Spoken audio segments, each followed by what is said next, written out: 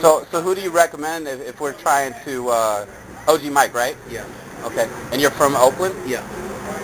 Okay. And so about what year were you born? How old are you right now? I'm 56. I was born in 58. So what do you want me to? Just trying to get your history, maybe how you first started like dancing, and where you were at, and what the scene was like, and kind of where you believe it came from. The first time I saw it, I was in junior high. I went to Bella Vista Elementary, and I remember playing volleyball with a kid I grew up with named Ricky Green, and there were some kids in the corner. They were doing some like pantomime movement. At the time, I didn't know what they were doing. I remember what they were doing. It almost looked like a train conductor and someone spinning a wheel, the way they kind of take a wheel and spin in circular motion. Okay. Or a train brake, and they'd be doing these little breakdown moves with a train brake, and one kid was doing a wheel, where he turned the wheel and moved his body. So there was a lot of pantomime.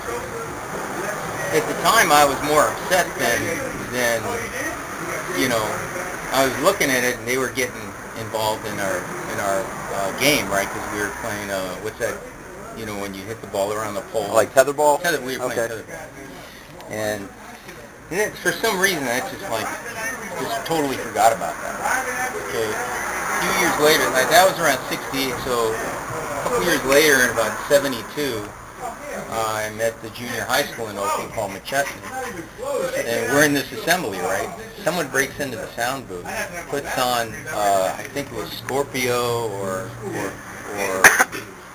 Ohio Players, I forget what they put on, but all of a sudden all these brothers start coming out of the bleachers, they start busting my move.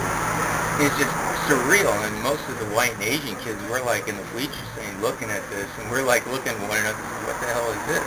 Right. They were kind of like, the way they're kind of moving, and one kid was kind of like he had his arms straight out, and he was kind of stepping like that, and it's just really bizarre. They were doing it right to the music. So I remember that evening I went home, because to me I had never seen anything like that. I go in and I get in the mirror and I start trying to do what I saw, and my mom thought I was having an epileptic seizure. She didn't know what was going on. It was so embarrassing. And so I kept at it though. The problem is being a white kid growing up in a black community, or these were the cats that were doing it, and they didn't exactly give away their secrets, right? So you kind of had to go around school and see what people were doing and try to remember what they were doing, go home and copy it, So the next year we get into high school. Well, this was '74, I believe, and I'm at a friend's house, and knock on the door, mom answers, my friend's, my son's in his room, just going in. So I go in there, my friend, he's like cutting up. He's like doing all these really great movements. His name was Dave. I says, Dave, man, you need to teach me how to do that. And he says, no, you don't want to learn this. Yeah. He says, you remember at McChesney when they started busting out in that one assembly? He was there, right? And that's when he started. He remembers some kid named Billy Johnson that was pretending like he was tapping a piece of glass to the music, and he was like rolling his fingers. And Billy Johnson called it the Spider-Man. So we took it. He taught me how to do it. It was based on a figure eight, right? With a lot of loops and a lot of circular movements. And so we just worked on that year after year, and we created something called spinning the web.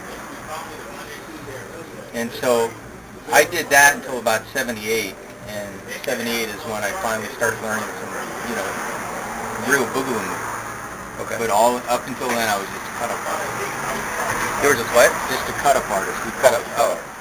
So, but during that time, though, I saw a lot of things in Oakland. I saw people downtown Oakland posing like in the early '70s.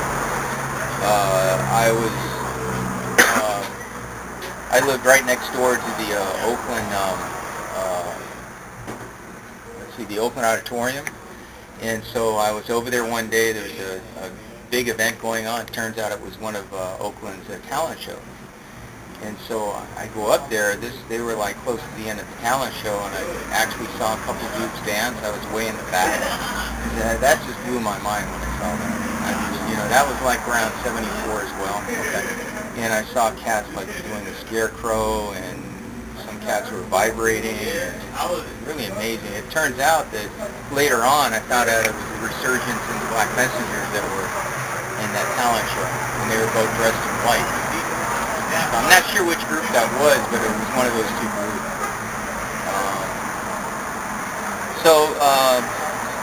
I don't know.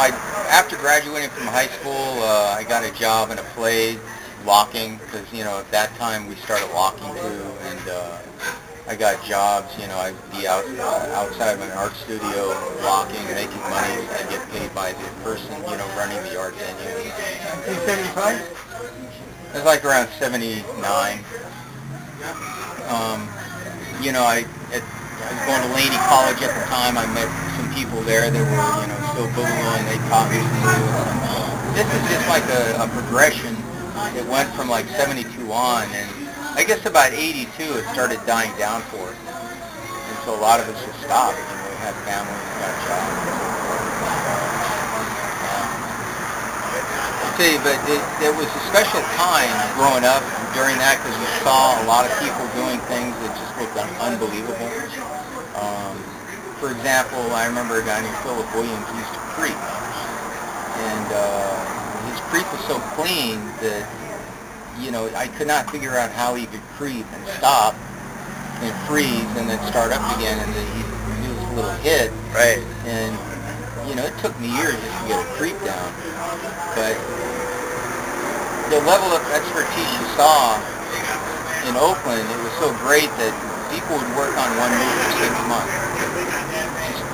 They'd get it down. They'd dance to a whole album just on one move, and they would just work on that one move. And so when they got a move down, it looked really, really clean. So it was kind of funny, because a guy named Chuck Powell from the Black Messengers, he mentioned to me about a year ago, he says, yeah, and when they used to battle, people used to say, I can take you in 3 moves. He really meant it. He meant, I'm going to get you in 3 moves, and that's all I needed. But that's basically it. I started back out in 2007. Because I got DSL, and I had no idea the dance was still going on. So you could almost say I was in a coma. I woke up and I found out Great America was missing. 25 years? Yeah.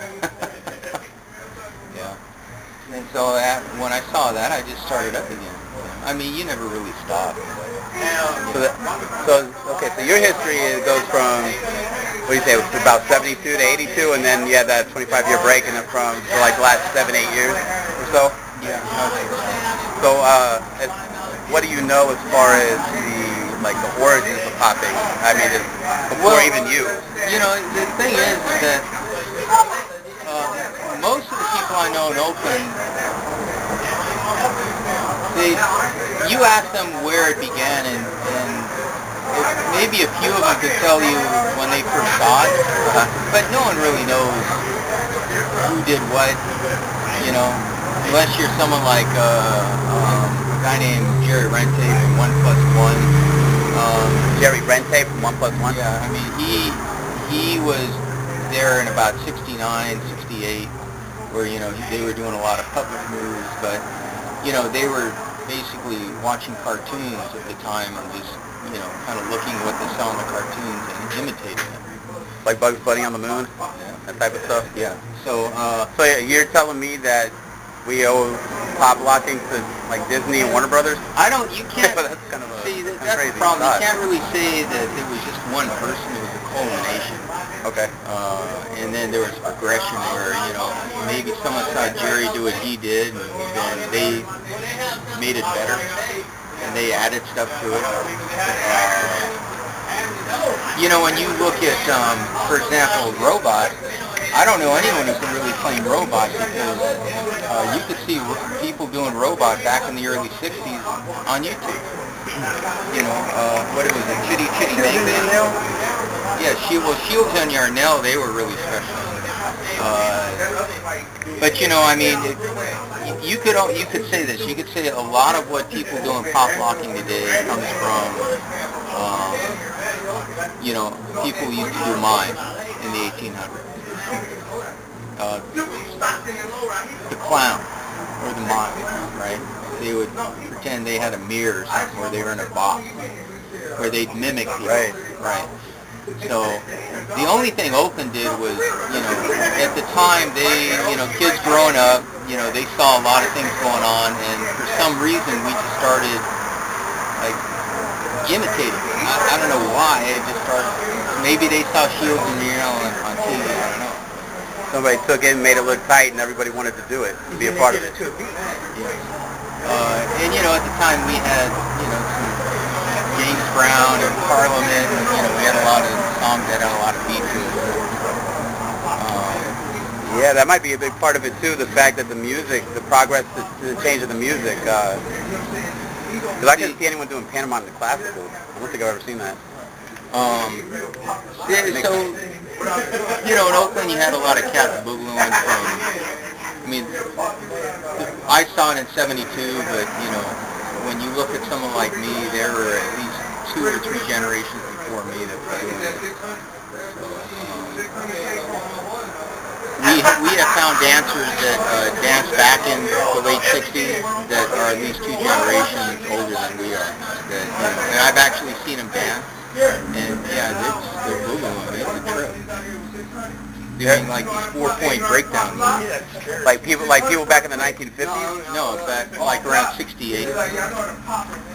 But they were just 10, 15, 20 years older doing it? Well, when I was in junior high, they were already in college, I'd say. 4 years out of high school. So, yeah. There were a lot of groups that danced against this one group called 1+1. And these are some of the other people we've been finding, dancers by the name of Lewis,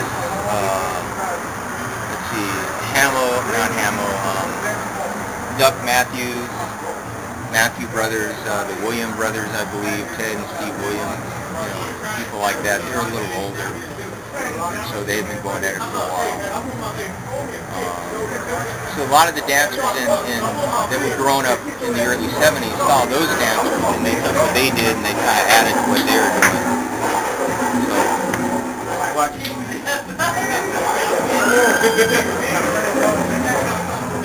Hey, I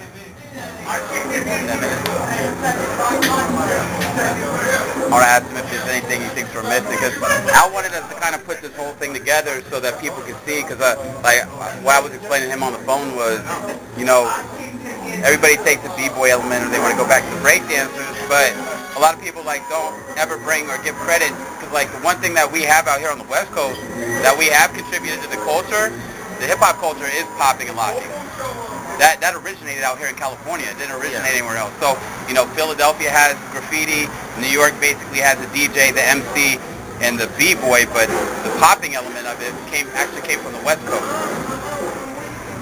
Right, so I don't know, the only thing you could say is what the West Coast did, and, we didn't even see b-boys until, right around 80. I know Brian Moreno probably saw him around, he said he saw him as early as 78, so I'm not exactly sure how b-boys came out here, but it was definitely a New York thing. Right. From what I heard. From my understanding, I think it was around 72 or 73 that the term was actually coined b-boy. Yeah. And I think it was, I'm not exactly sure, I don't know if it was someone involved like Zulu Nation that came up with it. Because I know Zulu, I think it was 72 that they formed Universal Zulu Nation. But even Lubbock says there was no b-boys. There wasn't. He said there wasn't when hip-hop started. He said, when I threw my parties, there wasn't none of that. He goes, I don't know when this breaking shit ended up getting part of the culture. There wasn't none of that. He's like, I'm the one that coined the term hip-hop. He said, I came up with hip-hop. I was saying the hip, the hop, in my shows. People would come out, see Love Bug Star C, and everybody was dancing. Nobody was paying attention to anybody else and forming a circle. They were having a good time. They were there for the music. And that's what he was saying.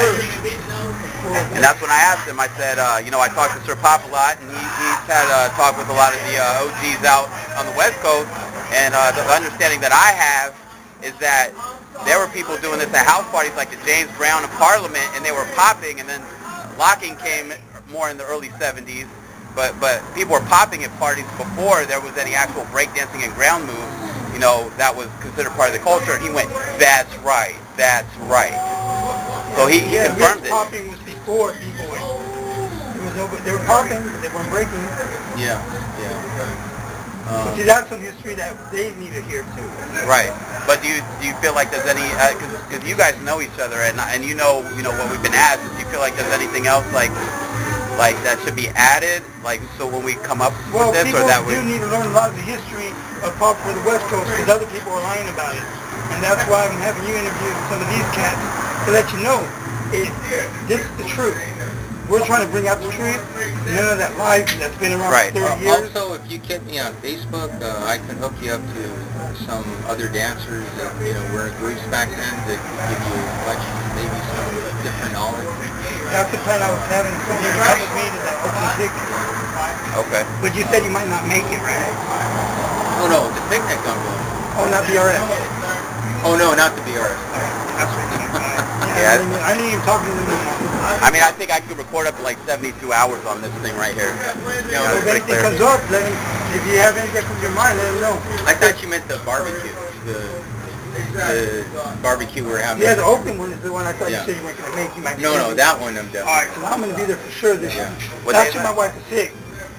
September 20th. 20th. Because we're going to go to San Jose too on September 6th, and we're going to interview some of the San Jose cats. See, my plan was to interview you and some other cats when we get an opening, but you're here now. Yeah. So, and it's out of town, you're in Stockton, you're bam, you know. And let them know about International Hip Hop, get on the website because this will be shared on that. Right? So, and if you get me on, if he tags you to me on Facebook, I can get you some other pieces of information as well. Okay, cool. Because I'm only one person, you know. One person, but a lot of history. Well, yeah. I can tell you what I saw. Well, that's what matters. I like you to do a timeline because I'm actually part of trying to put a history, a timeline of how popping kind of started and how it merged into hip-hop in the 80s. They just want a little history about it. Yeah. But all these bits and pieces, you know, I want to put them together, date them. Yeah, like it. I mean, even if we got like a bunch of timelines and different perspectives and tried to like put them down. You already know who's lying out there about who invented what. And it's lies. And I'm trying to get the world to know, because the International Hip Hop website is seen around the world. This way, we get to tell the story from the West Coast, the truth. And that's what I told you. I want to turn that as an International Hip Hop parade. We bring out the truth. Well, and that's honestly why when I talked to Al and asked Pop to be an agent, and then he called and asked him, you know, to go over the history of it, because we're having the same issue back in New York with people that claim they first did this or that. Everybody was the first person. Everybody. Everybody wants credit, but I just want the truth. I'm not getting paid for it. You're not getting paid for it. Right.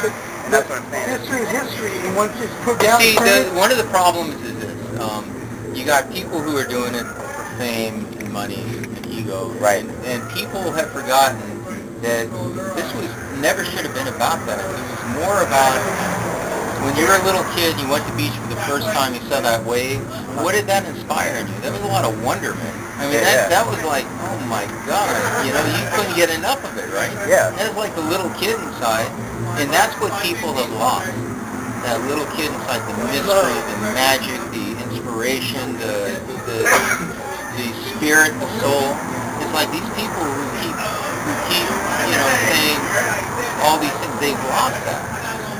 You know, it's just the money came. You know, I try to stay away from it. That's why I have a day job.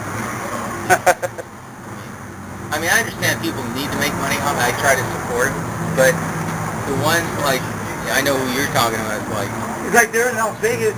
The kids on the fourth side of town, they haven't even seen the EVs at all because they're not going to them because they don't want people who got the money. The kids with the money.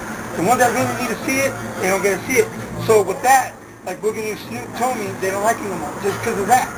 Not only they do got fame, yes, but they're getting fame the wrong way also. Because the kids in Las Vegas know they're there and they can't even see them. So what, they're too good for them? They forgot where they're from? Or they're always scared of the streets, the real streets? Why don't they talk to these kids? And that kind of inspired me a little more to do this. Like, I'm usually quiet, you know, I'm trying to say a little more things, but it's because the truth got to stand. They're wrong. And it's true what they say. They've been lying for at least 30 years. And when you bring out the truth, it's like you're taking money from them. It's like, oh, if somebody's trying to take money from you, you're going to try to defend yourself, right? No, that happens in everything, though.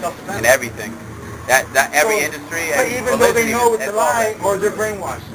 Maybe they are brainwashed. I don't know. I don't know them. I just see when they post something. But if you ask them a question, they don't say nothing. See, in the 70s, you had people that would admit things instead of saying they did something. They would admit. So, in other words, people in the 50s, 60s, 70s, it started to crumble a bit. 80s is when it really started going south. It's almost like people would practice things like grace. Yeah, like a lack of integrity, or the integrity's gone. Integrity. These things aren't even in the English language anymore. The way you see, people carry on. There's no more, holding the door open or chivalry or learning how to talk to someone as if they're a human being, not a commodity. You know what I mean? There's none of that. So. It's around. It's around. It's not so common. But it's not. But it's almost like if you take corporate America, they don't want that because they can make money off of the other vices. You see what I mean? Yeah. It's actually like it's a balkanization strategy. No, you're right. That is happening. It's happening. It's like a divide and conquer. Yeah. But, it's kind of sad, I mean, I would say that I go on public record. If he would just admit what he did, Oakland would support him. Because really, he's really doing Oakland stuff. That's what he's doing. He's not doing very good. Wait, who's doing him not good? I'll give you some information on that. Look, for example, when I do this. What does that look like? We call that a two-step in Oakland. So who else does that? You kind of like, the way they we do that all the time with kids. I don't even know how to do that. I'm on board. And sometimes the turfers actually, they saw their parents do it. Turfers just do it like this. It's kind of like, I can't even do what the turfers do. It's kind of like two-stepping like that, right? I think we all two-step our own way. Yeah. I do mine kind of with the guys. Yeah, That's how I do it. I don't do this anymore because my hips hurt sometimes. Yeah, I even do a fake old man. I barely got my insurance paper today. I had back problems. Nobody knows. And what does this remind you? Okay, that's John strutting, Murphy doing the slide. I can take you where John Murphy works in Oakland, and all of a sudden he'll start like doing stuff like this. So does he get the slots and the slots? Now that's one of his moves. Yeah. He used to walk up to people and just boom, boom, boom. He'd do a squat on them. He'd put them in the spot. Well, that's what it's called. One of my boys, my boys did that in the 80s. What is the EBC? EBC this. They got that from Derek and Company. Because Derek and Company, You opening for E40? Yeah. You gonna be locking up there? Actually, are you opening for E40? Yeah. Man, I wanted to challenge him for a burger. oh yeah? Let me show you. Let me just show you the picture. Yeah, I opened for E40 at 7 with Cobalt. 45 is a rapper, Cobalt. And I'm going to dance for him. Then I'm doing my own little show. Yeah, I'll probably dance with the rest of the rappers all night. I'm going to take some pictures with E40 for Cody. And that's a wrap. And then I go to the next show. Yeah, Where's that at? It's at Express in the dance show. I'm opening for E40, Old Sub John, and No, but when is that? next Saturday. How are you guys expecting for these people to get business when you guys are standing in front of them, all goodish and stuff?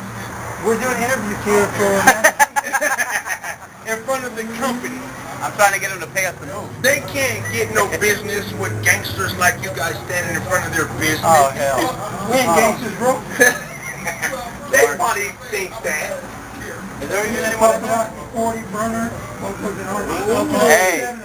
Hey. Main stage. Hey, what's today, brother? Saturday, 10 to 12. They're closed. Yeah, he's trying to pull a fast So, one. we can post up all we want. But yeah, they got tickets for sale for $20. I think at the door it's 30 or 40. Come look at me. Hey. Yeah, you know what? I'm going to take your security guard's money. Watch it.